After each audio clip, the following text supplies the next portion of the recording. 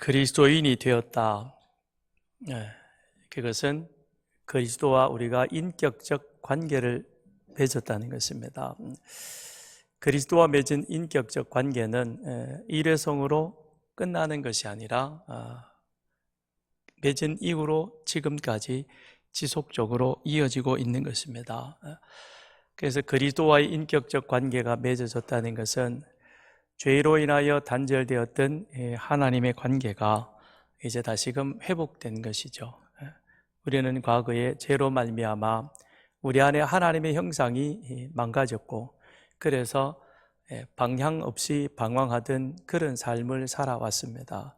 그랬던 우리가 예수 그리스도로 말미암아 하나님의 자녀가 되었고 성령의 은혜로 새로운 피조물 되었습니다. 그러므로 이제 우리는 우리 안에 계시는 하나님의 성령으로부터 에너지와 능력을 공급받아서 그리하여 새로운 피조물로 살아갈 수 있는 그런 존재가 된 것입니다. 그건 내가 주인 되어서 살아왔던 그 과거의 삶이 아니라 이제는 우리 하나님께서 내 삶을 주장하시고 이끄시고, 그리고 그 하나님께서 이끄시는 대로 우리는 새로운 삶의 목적, 주 안에서 새로운 삶의 목적을 가지고 그리고 그걸 추구하며 살아갑니다. 그러기에 이전의 삶과는 다른 그런 삶을 우리는 살아갑니다. 그것이 그리스도인됨의 이유요 또한 목적이 되어진 것입니다.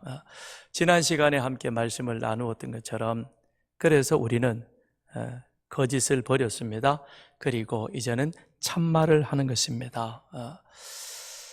그때나 지금이나 우리는 분을 낼 수 있습니다. 과거에는 분 때문에 우리가 또 다른 죄를 지었지만 이제는 분을 품지 아니하고 그 분을 우리 안에서 다스려 지혜롭게 조화를 만들어가는 그런 사람이 되었습니다. 더 나아가서 우리는 내 손으로 열심히 수고하고 애를 써서 그리하여 하나님의 사랑, 하나님의 은혜를 함께 나누며 실천하는 그런 삶이 되어졌습니다.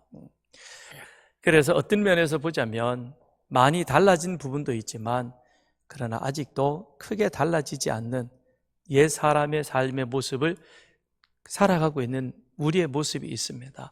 그럼에도 불구하고 우리는 내가 그리스도 안에 있다는 사실을 인지하고 있기에, 그러기에 우리는 긍정적인 방향으로 변화되어 가고 있습니다. 그래서 그리스도 안에서 새로운 사람이 되었고 그 새로운 사람의 되어진 그 삶의 목적에 따라서 우리는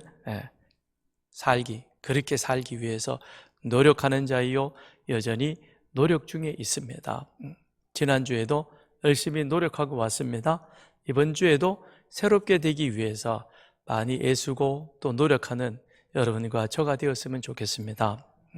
그래서 다음 주에 와서는 서로 변화되어진 모습을 가정교회 안에서도 나누고 이곳에서도 나누고, 그래서 서로 위로하고 격려하며 하나님의 나라가 더 굳건하게 우리 교회 안에 여러분과 저와 여러분의 가정 안에 삶 속에 이루어지기를 바랍니다. 자, 계속해서 29절을 보겠습니다. 29절. 무릇 더러운 말은 너희 입 밖에도 내지 말고 오직 덕을 세우는 데 소용되는 대로 선한 말을 하여 듣는 자들에게 은혜를 끼치라. 바울은 말합니다. 더러운 말은 하지 마라. 입 밖에도 내지 말라는 겁니다. 그건 마음에도 품지, 입 속에도 품지 말라는 것입니다. 그러면서 대신 선한 말을 하여 덕을 끼치는 자가 되어라. 덕스러운 사람으로 주변 사람들을 함께 세워가는 그와 같은 사람이 되라고 말합니다. 우리는 말을 너무 흔히 쓰고 그 다음에 쉽게 쓰다 보니까 이 말이 가지고 있는 그런 놀라운 능력에 대해서 너무 쉽게 생각해 버리는 점이 있습니다. 하나님은 세상을 말씀으로 창조하셨고 또한 그 말씀이 우리 안에 있는 이 말이 사람을 살릴 수도 있고 사람을 죽일 수도 있다는 겁니다. 그래서 지난주에 말씀을 나누었던 것처럼 악한 말이 있고 선한 말이 있는 것입니다. 독한 말이 있고 그 다음에 의로운 말이 그 안에 있음을 우리는 알아야 할 것입니다. 그래서 우리는 이 말로, 내가 하는 말로 상대를 설득시켜서 함께 같은 방향으로 가기도 합니다. 때로는 우리가 상대의 말을 듣고 그 사람의 뜻, 그 사람이 하고자 하는 일들을 이해하고 같이 함께 협력자가 되는 겁니다. 그렇기 때문에 이 말할 수 있다는 것은 우리에게 있어서 하나님이 주시는 대단한 축복이요 또한 특권이기도 합니다. 그런데 우리는 착각하고 있습니다. 우리는 말하면 말을 잘 할 수 있다라고, 또 우리가 하는 말이 다 옳은 말이고 진리라고 그렇게 생각을 합니다. 그런데 그렇지 않죠. 우리는 참된 말보다는 허튼 소리를 더 많이 하고요, 또 거짓말을 할 수도 있습니다. 실제로 허튼 소리를 했고 그 다음에 거짓말도 덜어 하기도 합니다. 바울은 분명히 말하기를 거짓은 버리라 그랬는데, 아직도 상황에 따라 경우에 따라서 우리는 거짓을 유효적절하게 사용하죠. 나를 위해서. 근데 오늘 바울은 그런 것조차도 이제는 우리가 다 버려야 된다. 그리고 우리는 서로에게 있어서 어떤 자가 되어야 되느냐? 은혜를 끼치는 자가 되어야 한다라고 그렇게 말합니다. 그래서 바울은 더러운 말, 이 더러운 말, 서로를 이간질하고 갈라놓는 이 말은 우리가 버려야 한다라고 그렇게 말합니다. 그래서 우리는 어떤 자가 되어야 되느냐? 그리스도 안에서 한 지체가 되었고 한 교회 공동체가 되었으니 우리는 서로가 서로를 세워주고 격려하고 의지하고 힘을 보태는, 그래서 하나의 그리스도의 몸 공동체로 그렇게 자라가야 한다는 것입니다. 더러운 말은 버리라 그랬습니다. 왜냐? 그것은 썩은 열매이고 썩은 나무이기 때문에 그렇습니다. 그래서 오늘 본문에 사용되어진 29절에 그러므로 무릇 더러운 말 그랬을 때 이 더럽다라고 하는 그것은 썩은 나무나 썩은 열매를 나타낼 때 사용되어집니다. 그런데 이 말이라고 하는 것은 우리 입에서 나가는 거지만 실은 마음에서부터 나오죠. 이 마음에 담겨 있는 것이, 그것이 생각을 거쳐 그 다음에 언어라고 하는 표현을 통해서 상대에게 전달되어집니다. 그러면 결국은 지금 바울이 더러운 말은 너희 입 밖에도 내지 말라는 그 의미는 무엇이냐면, 우리 안을, 우리 마음을, 우리 심령을 썩은 것으로 채우지 말라는 겁니다. 우리 안에 썩은 나무가 있으면 그것이 썩어가면서 내는 악취를 풍기게 될 것입니다. 우리 안에 썩은 열매가 가득하다면 썩은 열매, 그 썩어가는 그 열매 속에서 나오는 부패되어든 말이 상대를 무너뜨리게 하는 것이고 이간질하는 것이 되는 것이고 비방하는 말이 되어서 결국에는 우리 관계를 파괴시키고 교회 공동체를 무너뜨리게 되어진다는 것입니다. 그래서 바울은 더러운 말은 너희 입 밖에도 내지 말라라고 그렇게 말하고 있는 겁니다. 말이 내 마음 안에, 그러니 이 내 안을 무엇으로 바꿔야 되느냐? 썩은 것을 온전히 도려내야 하는 것이죠.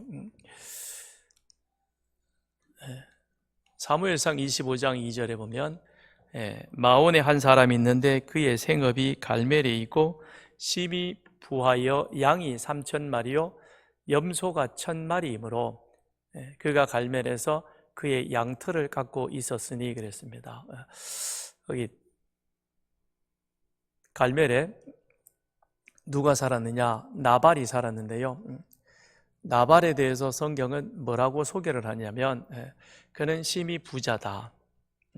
그래서 양이 3,000마리라. 염소가 몇 마리냐? 1,000마리나 되었다는 것입니다. 양이 3,000마리다. 엄청난 부자인 것이죠. 통상 성경에서는 그 사람에 대하여 소개할 때에 자기 아버지나 아니면 조상에 대해서 소개를 합니다. 그래서 누구의 몇 대 손이요, 그의 아버지는 누구요, 이게 통상적인 성경에서 그 사람에 대한 소개인 것입니다. 그런데 본문에는 이 나발을 소개하면서 나발에 대해서는 좀 특별하게 소개를 합니다. 그의 아버지가 누구이다, 아니면 그가 어느 지역에 사는 누구였다라고 말하지 아니하고 그 앞에 뭐라고 그를 소개해주고 있는가 하면 그는 부자다. 부자다라는 겁니다. 자랑하기 위해서 그럴까요? 아닌 것이죠. 나발을 소개하려고 가만 들여다보니까 그에게 있어서 소개할 만한 마땅한 말이, 마땅한 어떤 것이 보여지지 않습니다. 그러니까 뭐라고 소개를 합니까? 양이 3,000마리요 염소가 1,000마리나 되었더라. 그런데 그가 지금 양털을 깎고 있더라라고 그렇게 말합니다. 그것은 나발의 성격이 완고하고 나발의 인격이 그의 소유보다 앞서지 못했다는 겁니다. 두루두루 둘러보았지만 그런데 나발에게 있어서는 딱히 그 인격이 좋다 아니면 뭐 어떻다 이런 것들을 보다는 그냥 부자였다. 그것으로 나발에 대한 소개가 끝이었다는 것입니다. 왜냐하면 성경이 말씀하고 있듯이 나발은 어떤 사람이냐면 성격이 완고하고 그리고 그 행실이 악한 사람이었습니다. 그래서 이 성경에서 나발은 미련한 자다라고 그렇게 표현하고 있습니다. 어느 부모가 자기 자식 이름을 지으면서 이 미련한 놈, 너는 미련한 놈이다, 이렇게 이름 짓는 부모는 아마 아무도 없을 것입니다. 그럼에도 불구하고 성경에서 이 나발을 그대로 소개해주고 있는 이유는 무엇이겠습니까? 나발의 이것이 실제 이름이었는지는 알 수 없지만 아무튼 그는 성경이 말씀하는 대로 악한 자요, 그 다음에 완고한 그런 사람이었던 것입니다. 이것은 아마 주변 사람들이 나발을 보면서 그의 살아가는 삶을 보면서 그를 경멸하기 위해서 만든 하나의 별명이 아니었을까? 이것이 그의 별명이었든 아니면 실제 이름이었든 아무튼 이 나발의 삶을 보면 그 안에는 무엇이 가득했느냐? 썩은 열매가, 썩은 나무가 가득했다는 것입니다. 그래서 그에 나오는 말이 결국은 상대방을 비방하는 것이요, 더 나아가서는 그것이 가족 공동체를 두려움 가운데 떨게 만드는 그런 말이었던 것이죠. 자, 25장 10절에 보면요, 나발이 다윗의 사환들에게 대답하여 이르되 다윗은 누구이며 이새의 아들은 누구냐? 요즘에 각기 주인에게서 억지로 떠나는 종이 많도다. 나발이 양털 깎는다는 소식을 듣고 다윗이 잔치니까 그게, 그래서 자기와 함께 했던 사람들을 보내서 우리 잔치에 우리도 같이 함께 당신의 양털을 지켜주었으니까, 그러니까 함께 같이 좋은 자리니까 음식 좀 나누어 줬으면 좋겠다고 그렇게 사람을 보냈어요. 그랬더니 이 나발이 다윗이 보낸 사람들을 무시하는 겁니다. 그러면서 뭐라고 얘기했냐면, 나 다윗 몰라. 다윗이 누구야? 이새의 아들이라고. 그 사람이 누군데? 그래서 어찌라고? 라는 표현인 것이죠. 이스라엘 백성들 가운데 다윗을 모르는 사람이 있을까요? 골리앗과 싸워서 이길 수 없는 싸움에서 이긴 자인 것입니다. 나라를, 멸망 직전에 같은 나라를 구해낸 구국 영웅이기도 합니다. 그러니 다윗의 이름은 어린아이라도 다 기억할 만한 사람인 것입니다. 그러니까 나발이 다윗을 모른다라고 하는 것은 그건 몰라서 모른다고 그런 것이 아니라 무시하고 싶은 것이죠. 나는 그 사람하고 전혀 상관없는 사람이야. 근데 너희들이 나한테 와서 왜 그런 관계를 맺으려고 그러느냐라는 것입니다. 그러면서 그 다음에 더 나아가서 이 나발은 다윗에 대해서 뭐라고 표현하냐면 주인에게서 억지로 떠나는 종이라고 표현을 하고 있습니다. 주인에게서 억지로 떠나간다라는 것입니다. 그건 다윗에 대하여 비아냥거리는 그와 같은 소리인 것이죠. 그러니까 이새의 아들 나는 모른다 그래놓고 억지로 주인에게서 떠나간다. 그건 사울이라고 하는 그 주인에게서부터 이 다윗이 스스로 벗어나가지고는 뭔가 나쁜 의도를 모반하고 있는 그와 같은 사람이 아닌가라는 그 의미를 이 나발은 지금 다윗에 대해서 표현해주고 있는 것이죠.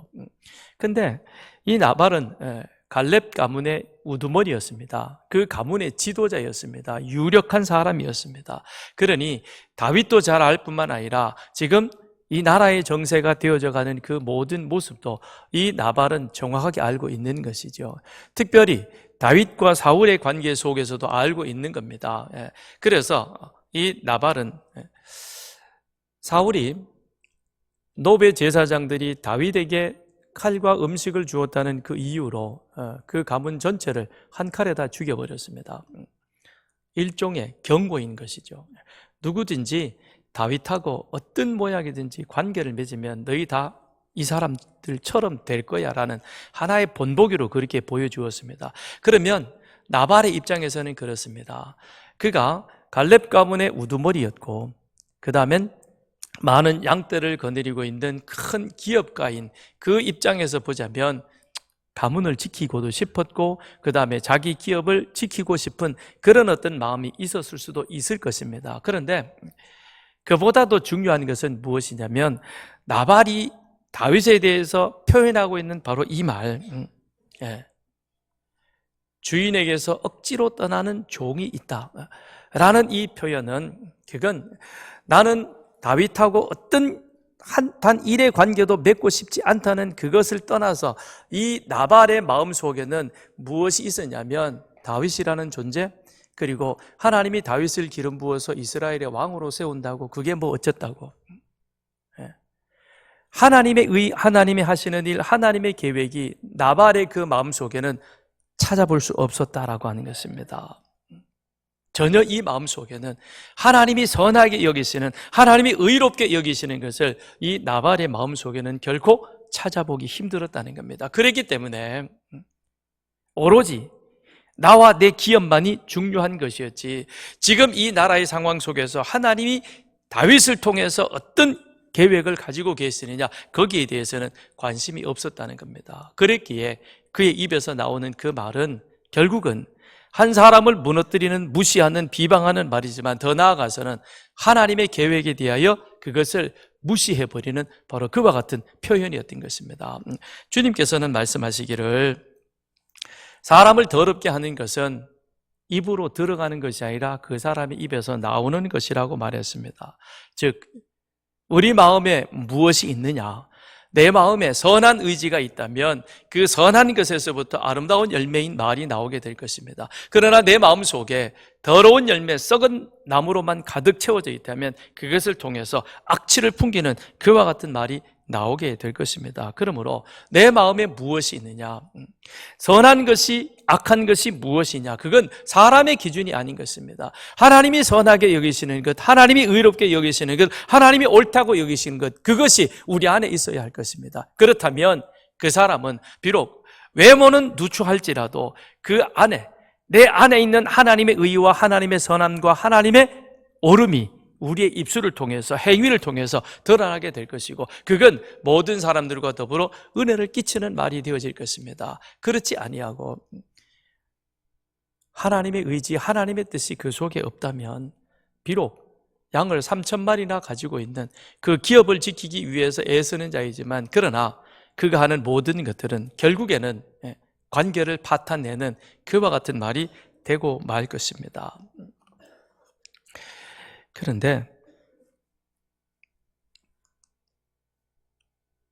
사무엘상 25장에는 나발의 아내 아비가일에 대한 이야기가 이어지고 있습니다. 거기 보면 여호와께서 내 주에 대하여 하신 말씀대로 모든 선을 내 주께서 행하사 내 주를 이스라엘의 지도자로 세우실 때에 내 주께서 무죄한 피를 흘리셨다든지 내 주께서 친히 보복하셨다든지 함으로 말미암아 슬퍼하실 것도 없고 내 주의 마음에 걸리는 것도 없으시리니 다만 여호와께서 내 주를 후대하실 때에 원하건대 내 주의 여종을 생각하소서.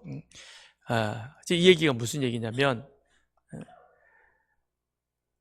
나발의 종이 다윗이 보낸 사람들을 그렇게 함부로 대해서 보냈다는 그 얘기를 지금 누구에게 하느냐면 아비가일에게 하는 것이죠. 그러니 아비가일이 그 말을 듣고는 야, 이거 큰일 났구나. 그래서 얼른 예물을 준비해가지고 다윗을 만나러 옵니다. 다윗을 만나러 와서 하는 이야기가 무슨 얘기냐, 다른 얘기가 아닌 것입니다. 당신은 사울하고 다른 사람입니다. 하나님의 계획이 당신을 곧 이 나라의 왕으로 세우실 것입니다. 지금은 사울이 지금 우리를 이렇게 억압 통치하고 있지만, 그러나 이것은 영원히 가는 것이 아니라 하나님께서 당신을 준비하여 이스라엘의 왕으로 세우실 것입니다. 그때 왕이 되고 난 이후에 당신이 그 이전에 했던 일로 인하여 사람들이 사울이나 당신을 비교할 때에 그때 다윗 왕이 발목을 잡혀서는 안 되겠다는 것이죠. 사람들은 당신이 왕이 되고 난 이후에는 당신이 왕이 되기 이전에 했던 그 일을 가지고 비방하게 될 것입니다. 사울이 나쁘다 그랬더니 다윗도 똑같은 사람이네. 자기 어떤 것을 위해서 나발을 죽이지 않았느냐. 나발이 다윗에 대해서 어떤 말을 했느냐 하는 것은 사람들은 관심이 없는 것이죠. 뭐만 봅니까? 결과만 보는 것이죠. 결과. 다윗이 나발을 죽였대.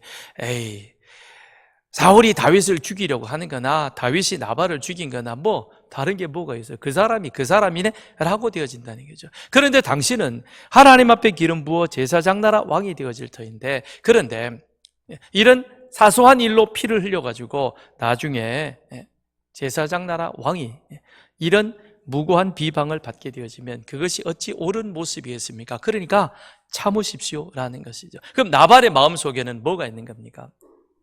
하나님의 옳음, 하나님의 의, 하나님의 선함이 이 속에 있는 것이죠. 다윗 한 사람을 두고 나발의 말과 아비가일의 말이 완전히 다른 것입니다. 그 다름은 결국 무엇입니까? 두 사람 마음 속에 뭐가 있느냐는 거죠. 그들의 마음을 주장하고 지배하는 것이 무엇이었느냐는 것입니다. 나발의 마음엔 하나님의 선하게 여기신, 하나님의 옳게 여기시는 것은 찾아보기 어렵습니다. 그러나 아비가일의 마음속에는 그를 주장하는 것은 하나님의 의요, 하나님의 선함이었다라고 하는 것입니다. 말은 그 사람의 인격인 것입니다. 우리 마음에 있는 것을 통해서 우리는 말로 전달이 되어지는 것입니다. 여러분 마음에 무엇이 가득합니까? 하나님의 선함으로 가득 채워지기를 축원드립니다. 주님은 말씀하시기를 입에서 나오는 것들은 마음에서 나오나니 이것이야말로 사람을 더럽게 하느니라. 마음에서 나오는 것은 악한 생각과 살인과 간음과 음란과 도둑질과 거짓 증인과 비방이니, 우리 안에 이런 썩은 것들로 가득 있다면, 그렇다면 결국은 그 사람의 말도 이것과 연관 있는 말을 할 것입니다. 연관 있는 말은 결국 그 사람의 보는 것과 행함이 그것으로 따라간다는 겁니다. 다른 것 아닌 것입니다. 그러므로 우리는 우리 안에 뭘 채워야 되느냐? 하나님의 선함으로 채워야 할 것입니다. 하나님의 말씀으로 채워야 합니다. 왜냐하면 하나님은 우리의 중심을 보시기 때문에 그렇습니다. 그래서 하나님은 우리가 뱉은 말, 물론 그 말도 중요하죠. 그런데 더 중요한 것은 내가 어떤 사람이냐, 내가 하나님 편에 서서 하나님을 경외하며 하나님의 말씀을 주야로 묵상하는 자인가, 그렇지 않은가를 우리 하나님은 보신다는 것입니다. 내 안에, 여러분의 마음속에 하나님의 의로, 하나님의 말씀으로, 하나님을 경외하는 것으로 가득 채우는 여러분과 저가 되기를 바랍니다. 그래서 늘 모든 사람에게 그로 인하여서 은혜를 끼치는 여러분과 저가 되기를 바랍니다. 우리가 그래야 하는 것은, 그건 30절에 보니까 성령의 인치심을 받은 자들이기 때문이다라고 바울은 말씀합니다. 하나님의 성령을 근심하게 하지 말라. 그 안에서 너희가 구원의 날까지 인치심을 받았느니라. 인침받았다는 것은 봉인했다는 것입니다. 봉인했다는 것은 뗄 수 없다는 것입니다. 봉인한 자만이 뗄 수 있는 거예요. 봉인했다는 것은 해제하거나 해체할 수 없다는 것이죠. 성령은 우리로 하여금 새 생명으로 태어나게 하셨습니다. 그래서 내 안에 하나님의 성령님이 계십니다. 그러므로 내가 더러운 말을 한다는 것은 결국에는 내 안에 계신 성령님을 근심하게 합니다. 죄로 인하여 하나님의 형상이 허물어졌던 우리들에게 하나님의 성령이 오셔서 그 하나님의 형상을 다시금 회복시켜서 나로 하여금 그리스도와 관련되어진 사람으로 살아가도록 했는데, 그런데 내 안에 있는 하나님의 성령이 그 일들을 이루어 가시는데 내가 다시금 거짓된 것으로, 악한 것으로 채워서 그렇게 한다면, 그러면 내 안에 있는 하나님의 성령이 근심될 수밖에 없다는 것이죠. 그래서 내 안에 성령님이 계시는 사람은 악한 말을 하지 못합니다. 더러운 말을 하지 못합니다. 성령께서 이를 하지 못하도록 막으시기 때문에 그런 것입니다. 우리는 내 안에 하나님의 성령으로 충만하여 그리하여 은혜를 끼치는, 함께 같이 공동체를 세워가는 그런 우리들이 되기를 바랍니다. 사순절은 이걸 다시 한번 훈련하는 시간인 겁니다. 우리를 위해서 이 땅에 오신 주님, 나를 위해서 십자가에 죽으시고 다시 살아 부활하신 우리 주님, 그 주님으로 말미암아 내 안에 하나님의 형상이 회복되었고 나는 하나님과 관계가 회복되어진 자이다. 그러면 내 안에 하나님의 성령이 나로 하여금 어떤 말을, 어떤 행동을 하게 해야 하느냐, 이게 사순절 기간을 기억하면서 다시 한번 우리는 실천에 옮기는 것이죠. 그러기 위해서 우리는 말씀과 기도에 이전보다 좀 더 열심을 내야 되겠죠. 그렇죠? 그래서 새벽 기도에도 좀 더 열심을 내시고, 금요 기도에도 오셔서 기도하시고, 사순절 그래봐야 6번밖에 안 되는데, 많이 봐줘가지고 6번만 하라 그러는데, 그것조차도 안 한다 그러면 여러분 안에 계신 성령님이 심히 근심해 하실 거예요. 그죠? 나를 위해서 같이 기도 좀 못하겠느냐? 그러지 않겠어요? 그러니 우리 같이 기도하십시다. 아멘.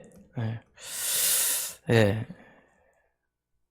그러면서 바울은 우리로 하여금 친절한 자가 되어라, 서로 사랑으로 행하는 자가 되라 라고 말씀합니다. 자, 31절을 보면 너희는 모든 악독과 노함과 분냄과 떠드는 것과 비방하는 것을 모든 악의와 함께 버리고, 바울은 다시 한번 정리해서 말합니다. 우리가 버려야 할 것 무엇이냐? 이 안에 악한 마음, 더러운 것으로 채워져 있는 이 마음을 말씀으로 씻으라는 겁니다. 여기 보면 악독과 노함과 분냄과 떠드는 것과 비방하는 것, 이건 다 어디서부터 나오느냐? 말만 바꾼다고 되는 게 아니라 이 모든 악의와 함께 버리라 그랬죠. 그러니까 우리 마음 안에 아까도 말씀드렸듯이 악한 것이 하나님의 선과 하나님의 의가 있지 아니하면, 그러면 뭐가 나오느냐? 떠드는 거예요. 비방하는 거예요. 남을 조롱하는 것, 그 다음에 뒤에서 뒷담화하는 것, 불경스러운 말, 거친 말, 그래서 와글와글거리면서 시끄럽게 만드는 거예요. 개구리 짖듯이 막 울어대는 겁니다.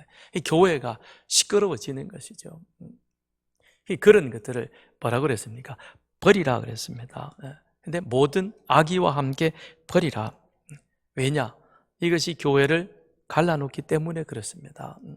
교회는 예수 그리스도를 머리로 하는 한 지체, 한 몸인 것입니다. 그런데 우리 안에 서로 이렇게 비방하고, 그 다음에 헐뜯고, 불경스러운 말, 함부로 되는 말, 이걸 하면 결국은 뭐가 됩니까? 이게 무너지게 된다, 망가지게 되어진다라는 것입니다. 솔로몬이 성전을 건축을 하죠. 그런데 성경은 솔로몬의 건축 현장 속에서는 방망이나 도끼나 철 연장 소리가 들리지 않았다라고 기록하고 있습니다. 그런 소리가 들리지 않았다는 것은, 그건 돌 다듬는 곳에서, 철 만드는 곳에서 이미 다윗이 준 설계도대로 그것을 잘 만들어서 정확한 치수대로 그걸 가져와서 설계도를 놓고 그냥 갖다가 그 자리에 놓으니까, 짜맞추니까 뭐가 되어집니까? 성전이 하나하나 건축되어져 갔다는 것이죠. 그러니까 돌을 다듬을 때도 적당히 다듬는 것이 아니라 정확한 치수대로, 더하거나 덜하지 않게 정확하게 만들어 오는 겁니다. 심지어는 못 하나를 만들어 가지고 그것을 다시 가져올 때도 그것이 어디에 사용되어진 어느 정도의 크기인가까지 정확하게 알고 거기에 갖다가 꼽는 거예요. 그러니까 이게 아무 문제 없이 아무 소리가 들리지 않도록 그렇게 성전이 건축되어졌다는 것이죠. 교회의 본질인 것입니다. 교회는 하나님의 말씀만이 선포되어져야 하는 것입니다. 교회는 하나님의 소리만 있어야 하는 것이지, 여기에 사람의 소리, 내 소리가 더해져서는 안 되는 겁니다. 사람의 소리가 이 안을 채워지게 되어지면 하나님의 소리는 사라지고 없어지게 됩니다. 그러면 이건 시장 바닥이 되는 것이죠. 교회만큼 다양한 사람들이 모인 곳은 없습니다. 우리는 동창회도 아니고 향후회도 아니고 친목 단체도 아닌 것입니다. 여기에는 모든 부류의 사람들이 다 함께 모여 있습니다. 남자든 여자든 나이 든 사람이나 젊은 사람이나 배운 사람이나 그렇지 못한 사람이나 직장에서 높은 사람이나 낮은 사람이나 가진 자나 그렇지 못한 사람이나 다 함께 모여 있습니다. 예수 피로 예수로 말미암아 우리는 이 자리에 있는 겁니다. 그런데 여기서 소리가 들리기 시작해봐요. 어떻게 되겠습니까? 별의별 소리가 다 나고 이게 한시라도 조용할 날이 있겠습니까? 교회는 하나님의 말씀만이 선포되어져야 하는 것입니다. 하나님의 소리만이 우리 가운데 가득 채워져야 하는 것이지 다른 소리가 되어지면 안 되는 것이죠. 그래서 바울은 말하기를 너희 가운데 모든 악독과 노함과 분냄과 떠드는 것과 비방하는 것, 즉 너희 안에 있는 하나님의 형상, 하나님의 의를 드러내지 못하는 것이 있다면 그거는 이제 완전히 버리고, 그리고 32절에 뭐라 그랬습니까? 서로 친절하게 하며 불쌍히 여기며 서로 용서하기를 하나님이 그리스도 안에서 너희를 용서하심 같이 하라. 이제는 어떻게 하라는 겁니까? 서로 관용하고 서로 사랑하는 자가 되라라고 말합니다. 왜냐? 우리는 그리스도로 말미암아 하나님의 나라로 옮겨진 자이기 때문입니다. 우리는 예수 그리스도로 인하여 죽음의 자리에서 생명의 자리로 옮겨진 자인 것입니다. 이제 우리는 신분이 바뀌어졌고 우리가 해야 할 일이 달라졌다는 것입니다. 하나님이 아브라함을 갈대아 우르에서 가나안 땅으로 부르신 목적이 무엇입니까? 너는 하나님이 누군가를 알고 하나님의 의와 하나님의 공도를 너희 자손에게 가르쳐 그대로 지키도록 해라. 그리하여 그들이 복받도록 해라. 이것이 하나님이 아브라함을 부르신 목적인 겁니다. 똑같은 목적으로 하나님은 우리를 그리스도의 나라로 옮겨주셨습니다. 예수 십자가로 말미암아 우리를 이 그리스도의 나라에 그리스도의 가르침을 받는 자로 불러주신 이유는 아브라함을 부르신 목적하고 똑같은 겁니다. 아브라함이 하나님을 알고 하나님을 경외하듯 우리도 하나님을 알고 하나님을 경외하는 자가 되어야 합니다. 그리고 아브라함이 그 하나님을 그의 후손에게 가르치고 전했던 것처럼 우리 또한 동일한 모습으로 하나님을 경외하고 아는 것을 우리 자녀들에게 가르쳐서 그들로 동일한 모습으로 하나님을 경외하는 자로, 하나님을 예배하는 자로 세워야 하는 겁니다. 내가 하나님을 모르는데 내 마음에 하나님을 경외함이 없는 나발 같은 사람이 어떻게 그 자손들에게 하나님을 경외하라고 예배하라고 가르치겠습니까? 내 안에 먼저 하나님에 대한 경외함, 하나님이 어떤 분인가, 하나님이 나에게 어떤 은혜를 베풀어 주셨는가, 하나님이 지금 내 삶 가운데 어떻게 역사하고 계시는가, 이거를 알 때 우리는 아는 만큼 우리 자녀들에게 하나님을 가르쳐 줄 수 있는 겁니다. 우리 자녀도 하나님을 아는 만큼 하나님의 인도함을 받는 것이요, 그만큼 하나님이 주시는 은혜와 축복을 누리게 될 줄 믿습니다.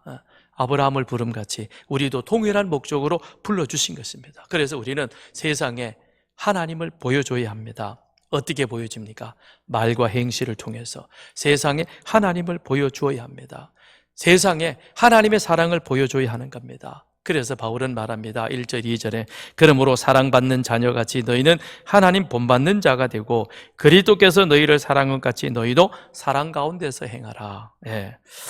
하나님을 본받는, 그건 우리 안에 하나님의 형상대로 살아가는 자인 것입니다.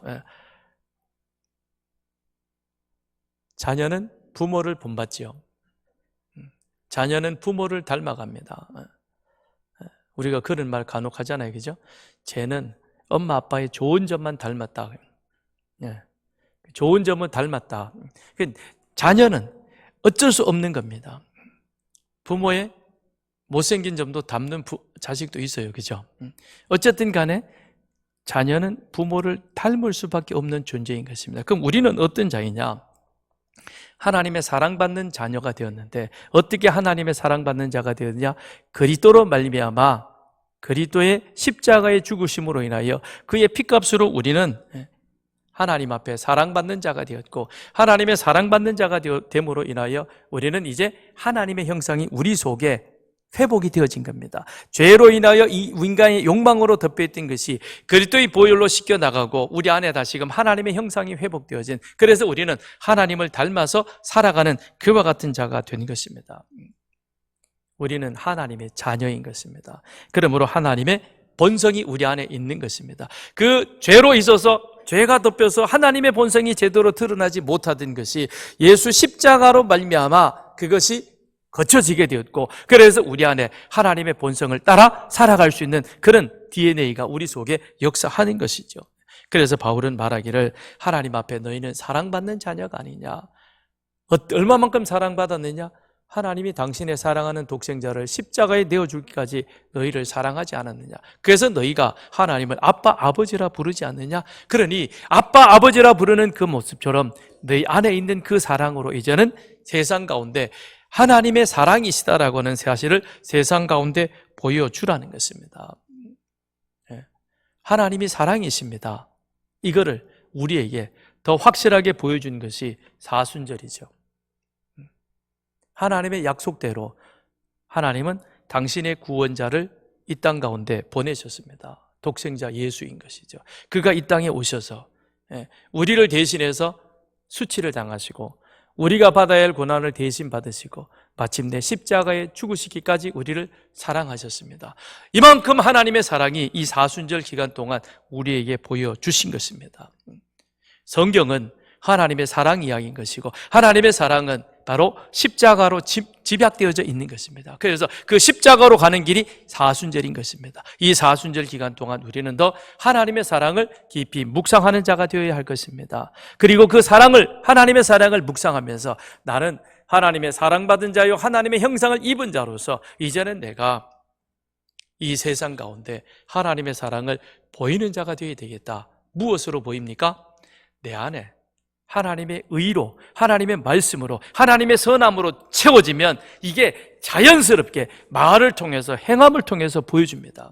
이게 없는 가운데서 보여주려고 하니까 힘든 거죠.